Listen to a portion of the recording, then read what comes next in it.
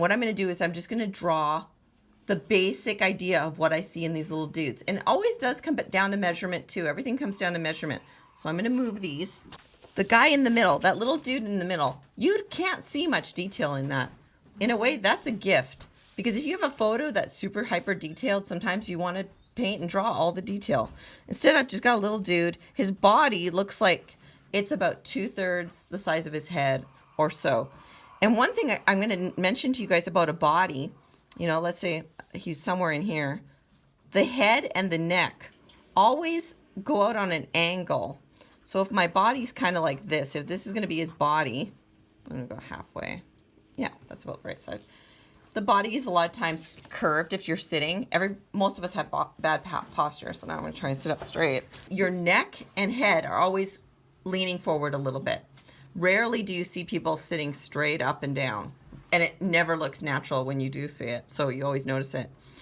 But his face is looking outward, so even though his head is pointing out, so his little neck is pointing out, his little face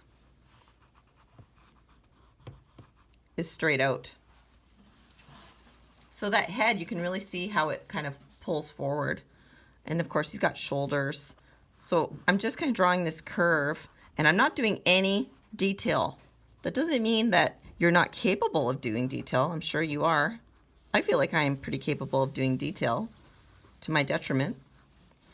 But all I want to do is create this idea of a dude in the water sitting on a log. But that's all the detail I would do for this painting. And then, of course, there's the shadow coming down beneath him. The way that the painting would actually look would be more like this. I'd probably just paint, he's got a dark little head, his little body.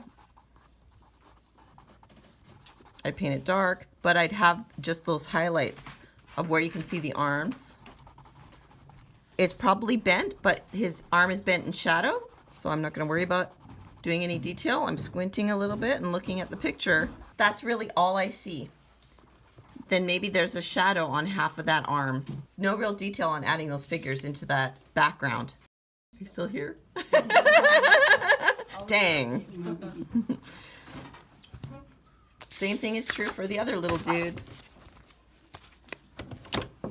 But they have slightly different body structures. They're doing different things. That kid in the middle, see how he's bent over? But even though he's bent over, his body is still curved. His head still sticks out. So what I see is like a little turtle shape in him. That's what it looks like to me. Of course, I'd kind of measure it. I think I made his head too big here. Even though it looks strange and it feels wrong because we want to do detail, this will read better in a greater landscape. It'll show like there's a little guy there, but he's not my focal point. Just for putting people into your landscapes. Simplify. Think about where the highlight is. In here, there's a highlight across his back, so everything else would be darker. Even his little arms are quite dark. Skinny little arms. And there's a little bit of a highlight on the top of his head. So I look at the darks and the lights and just get the basic shapes in there.